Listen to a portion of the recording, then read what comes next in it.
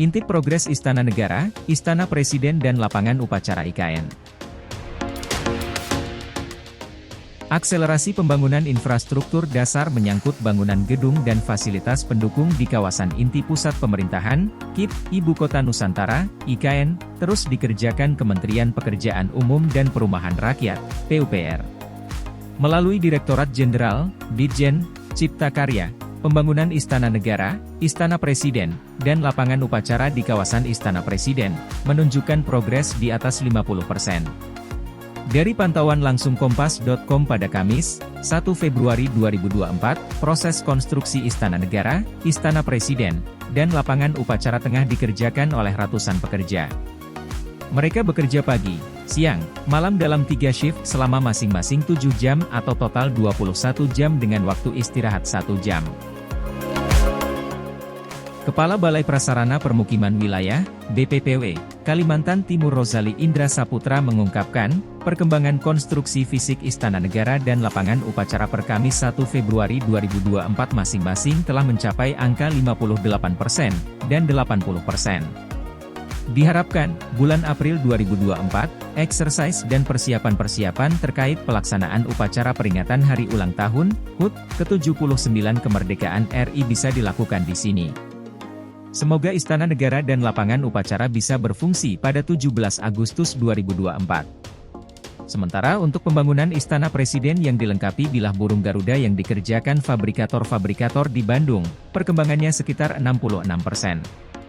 Dari total 85%, 4.650 bilah burung Garuda dalam 465 modul yang sudah terfabrikasi dan on-site, sampai di lokasi proyek, sebanyak 55% di antaranya telah terpasang pada Istana Presiden, jelas Indra. Pembangunan Istana Presiden ini dikerjakan sejak November 2022 oleh pelaksana konstruksi KSO PT PP, Persero, TBK dan PT Wijaya Karya, Persero, TBK dengan total alokasi anggaran Rp1,56 triliun yang bersumber dari APBN. Oleh karena itu, kami concern akhir Juni 2024 Istana Presiden, Istana Negara, dan lapangan upacara bisa berfungsi secara optimal, imbuh Indra.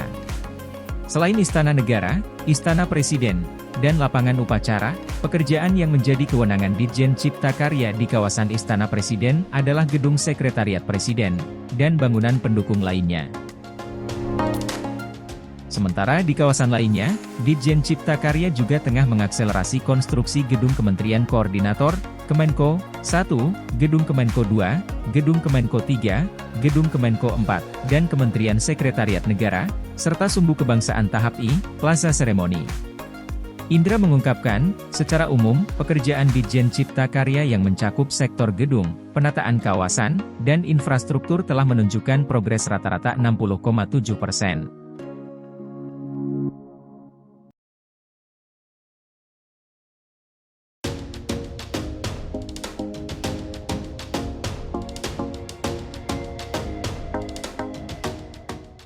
Menteri PUPR Basuki siap pindah ke IKN pada Juli 2024.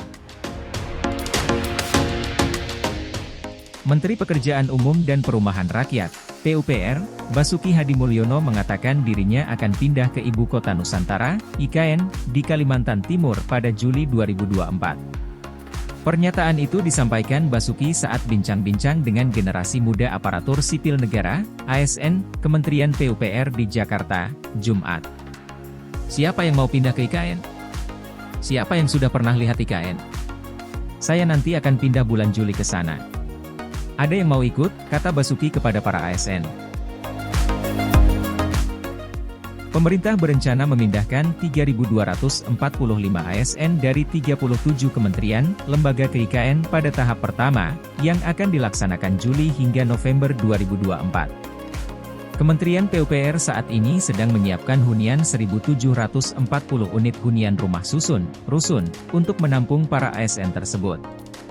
Saat ditemui awak media di Jakarta pada Jumat, juru bicara Kementerian PUPR Endra S. Atmawijaja mengatakan bahwa progres pembangunan rusun untuk ASN, yang sudah dimulai pada November 2023, saat ini sudah mencapai sekitar 25%. Endra mengatakan 12 dari 47 menara rusun ASN ditargetkan selesai dan siap huni pada periode Juni-Juli 2024. Kementerian PUPR saat ini juga sedang menyelesaikan pembangunan 36 rumah menteri di IKN yang terbagi di dua kawasan, yakni 24 unit rumah di Persil 104 dan 12 unit di Persil 105. Seluruh pembangunan ditargetkan selesai pada tahun ini. Sementara itu, Menteri PUPR nantinya akan berkantor di Gedung Kementerian Koordinator, Kemenko, di IKN, yang juga bakal menjadi kantor bersama sementara bagi para ASN. 4 gedung Kemenko yang akan menjadi kantor bersama adalah Kemenko Perekonomian, Kemenko Bidang Politik, Hukum dan Keamanan, Kemenko Bidang Pembangunan Manusia dan Kebudayaan, PMK, dan Kemenko Bidang Kemaritiman dan Investasi. Masing-masing gedung Kemenko ini akan menampung ASN dari beberapa kementerian yang kantornya belum terbangun.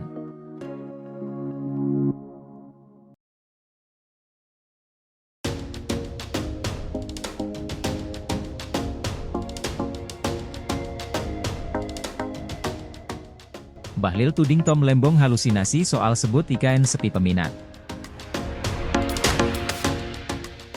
Menteri Investasi, Kepala Badan Koordinasi Penanaman Modal, BKPM, Bahlil Lahadalia merespons kritik ko-kapten Tim Nasional Pemenangan Anies Baswedan Mohaimin Iskandar, Timnas Amin, Thomas Lembong yang menyebut Ibu Kota Negara, IKN, Nusantara sepi investor.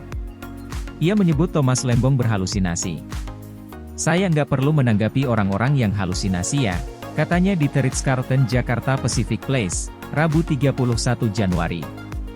Thomas Lembong mengatakan investor memang sudah meragukan IKN Nusantara sedari awal dibangun.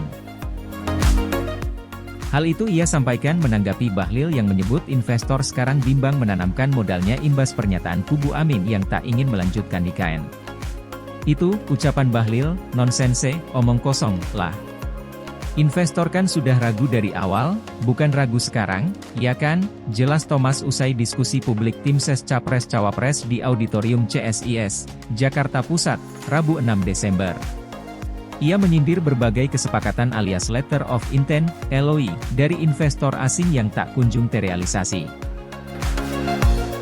Pria yang akrab disapa Tom juga mengkritik dalih Presiden Joko Widodo, Jokowi, yang menyebut ingin mengutamakan investor lokal di IKN.